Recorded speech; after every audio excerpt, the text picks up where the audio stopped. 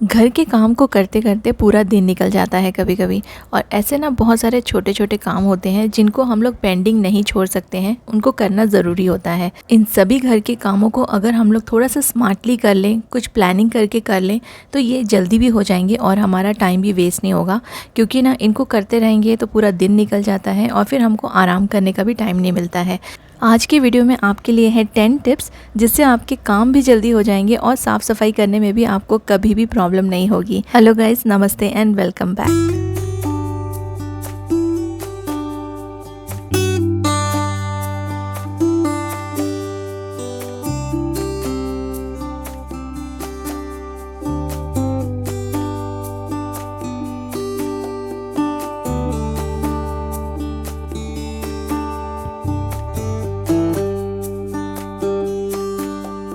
कोई भी काम अगर आप बिना प्लानिंग के करेंगे ना, तो वो काम आप ठीक तरीके से नहीं कर पाएंगे और टाइम पे भी फिनिश नहीं कर पाएंगे।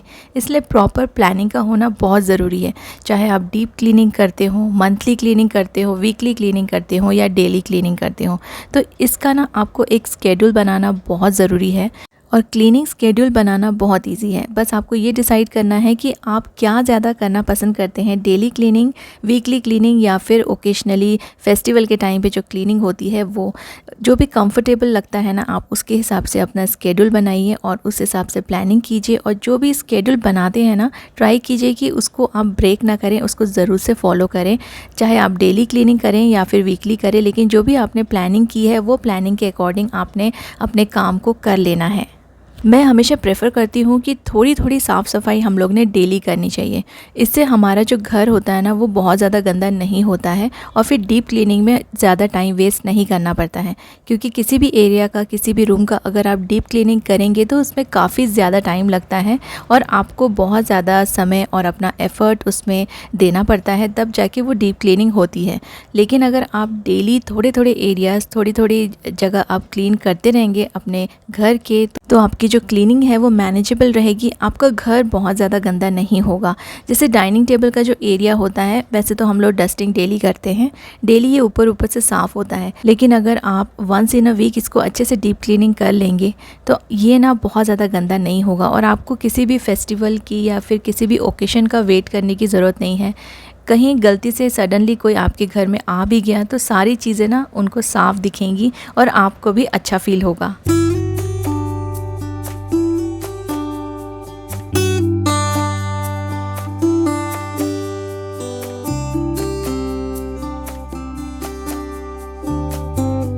किचन के लिए भी मैंने कुछ नई चीज़ ली है, वो भी आपके साथ शेयर करूंगी। तो ये है try steel premium stainless steel pressure cooker from Indus valley.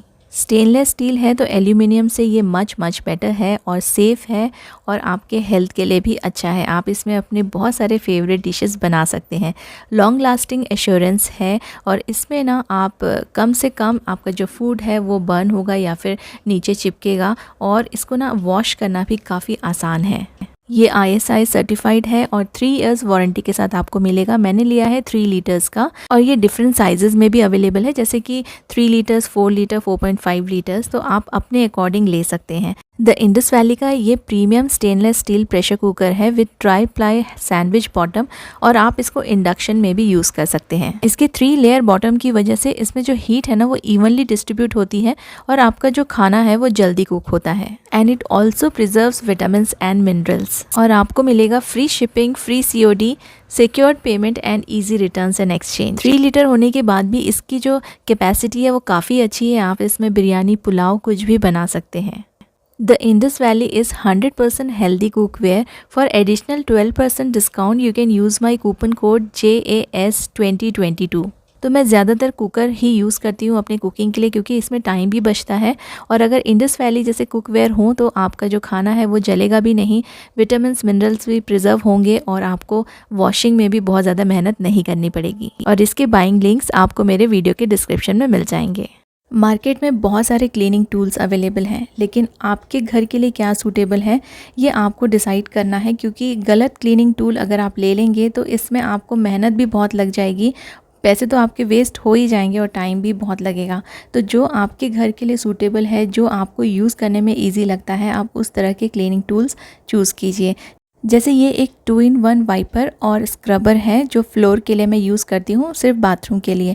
तो ये मेरे लिए काफ़ी अच्छा है और मेरे बाथरूम में काफ़ी अच्छा इसका रिज़ल्ट है। लेकिन हो सकता है कि ये कई लोगों को हैवी लगे, क्योंकि ये थोड़ा सा हैवी है।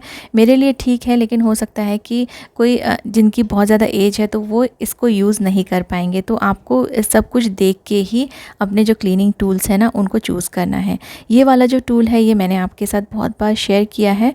तो मैं कुछ अगर वॉल्स वगैरह क्लीन करना रहता है तो मैं इसको यूज़ करती हूँ। और ये फ़र वाला जो डस्टर है, ये ऊपर ऊपर जो भी हैंगिंग जो हमारी चीज़ें रहती हैं ना उनको क्लीन करने के लिए बहुत ही अच्छा है, क्योंकि इतने ऊपर हाथ नहीं पहुँच पाता है। और बार बार अगर हम लोग सीढ़ी लगा के काम करेंगे ना उसमें भी बहुत ज़्यादा टाइम लग जाता है। तो ये मुझे बहुत अच्छा लगता है। जो भी मेरे यहाँ पे डेकोरेटिव आइटम्स हैं उनको मैं इससे साफ़ कर देती हूँ।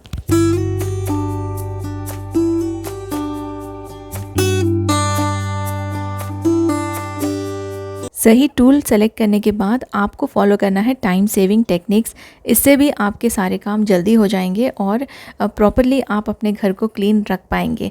जैसे कि अगर आपने मॉपिंग कर ली है तो उसके बाद आप ये ऊपर की क्लीनिंग मत कीजिए, नहीं तो फिर से डस्ट पूरा नीचे गिरेगा और आपको वापस से मॉपिंग करनी पड़ेगी। तो आप ऐसे टेक्निक मत फॉलो कीजिए जिसमें आपको बार बार एक ही जगह को क्लीन करना पड़े। हमेशा पहले ऊपर की क्लीनिंग कर लीजिए, उसके बाद आप ब्रूमिंग कीजिए और फिर मॉपिंग कीजिए। तो इससे ना आपका जो घर है बार बार गंदा नहीं होगा और एक ही काम को दोबारा से आपको नहीं करना पड़ेगा। किचन के काम हो या फिर क्लीनिंग के काम हो, आप अनरियलिस्टिक एक्सपेक्टेशंस मत रखिए। हो सकता है कि कोई जगह इतनी गंदी हो गई है जो आपसे क्लीन नहीं हो सकती। कोई कोई एरियाज़ ऐसे हो जाते हैं हमारे घर में, जैसे कि अगर कोई ऐसी बालकनी है जो आप नहीं यूज़ करते हैं और वो बहुत ज़्यादा गंदी हो गई हो, तो ये बहुत ही अच्छा रहेगा कि आप किसी प्रोफेशनल क्लीनिंग एक्सपर्ट को आप बुला लें, हायर कर लें और फिर उस जगह को क्लीन करवा लें। क्योंकि हर एक जगह घर की हम लोग अपने हाथ से क्लीन नहीं कर सकते हैं, उसके लिए कभी ना कभी प्रोफेशनल्स को बुलाना पड़ता है। तो इसीलिए अनरियलिस्टिक एक्सपेक्टेशंस मत रखिए और अपने आप को इतनी ज़्यादा क्लीनिंग में इन्वॉल्व मत कीजिए। घर तभी क्लीन होगा जब हमारे घर के साइज़ के हिसाब से हमारे घर में सामान होगा। बहुत सारा सामान अगर आपने भर दिया है तो आपको क्लीनिंग में भी परेशानी होगी। और अगर आपने पुराना सामान हटाया नहीं है और नए सामान ख़रीद लिया है तो इससे भी आपको बहुत ज़्यादा प्रॉब्लम हो सकती है, क्योंकि फिर ना आपके पास जगह भी नहीं बचती है स्टोरेज के लिए और फिर बहुत ज़्यादा चीज़ें हटा हटा के साफ़ सफाई करनी पड़ती है। डीक्लटरिंग बहुत इंपॉर्टेंट है। जो सामान आप यूज़ नहीं करते हैं उसे थ्रो कीजिए या फिर डोनेट कीजिए। लेकिन अगर आपका जो पुराना सामान है अच्छा है, उसे अभी भी आप यूज़ कर सकते हैं, तो नई शॉपिंग करना बिल्कुल भी ज़रूरी नहीं होता है। इससे आपके पैसे भी खर्च होते हैं और आपकी जो क्लीनिंग की एक्टिविटीज़ है वो भी इंक्रीज़ करनी पड़ती है। तो इसलिए डीक्लटर पहले कीजिए, उसके बाद आप कोई नया सामान ख़रीदिए। इससे आपका घर साफ़ रहेगा, ऑर्गेनाइज्ड भी रहेगा।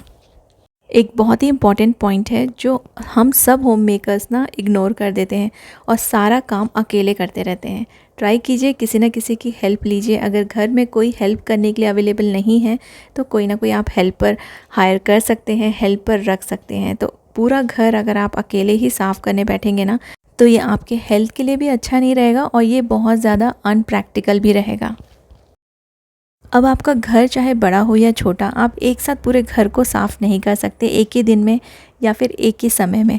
आपको इसे प्लान करना पड़ेगा। हर एक चीज़ आपको डिसाइड करनी पड़ेगी कि ये एरिया मैं आज करूँगी या ये एरिया मैं नेक्स्ट वीक करूँगी। इसके अकॉर्डिंग ही आपकी जो क्लीनिंग है ना वो आराम से हो पाएगी, ईज़िली हो पाएगी।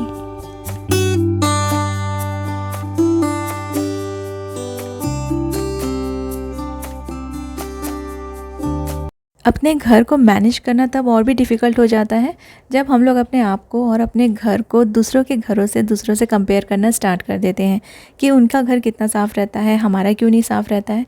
तो सबके जो लाइफ़स्टाइल है वो डिफरेंट है, सबका रहन सहन अलग तरीके से होता है, सबके काम करने के तरीके अलग होते हैं और सबके टाइमिंग्स भी अलग होते हैं। इसलिए comparison is not a good thing. अगर आप कंपेयर करना स्टार्ट करेंगे तो फिर आप हैप्पी नहीं रह पाएंगे और आप अपने काम को आराम से नहीं कर पाएंगे। तो इसलिए सबसे पहले तो आप अपने आप को और अपने घर को कंपेयर करना किसी भी और से बंद कर दीजिए। इससे आपको अच्छा भी फील होगा और आपका जो काम है ना वो ईज़िली प्रैक्टिकल तरीके से, नॉर्मल तरीके से आपका हो पाएगा। Last but not the list, बहुत ही इम्पॉर्टेंट पॉइंट, आप अपने आप को मत भूलिए और अपना भी ख्याल रखिए। घर की साफ़ सफाई में ना हम लोग होम मेकर्स खुद का ध्यान रखना भूल जाते हैं, खुद की हेल्थ को इग्नोर कर देते हैं। तो खुद का भी ध्यान रखिए, इतना टाइम निकालिए कि आप अपना भी केयर कर सकें और अपने घर का भी केयर कर सकें। उम्मीद करती हूँ कि आप ये सारे 10 टिप्स फॉलो करेंगे, अपना भी ख्याल रखेंगे और आसानी से अपने घर को भी मैनेज करेंगे। Thank you so much for watching.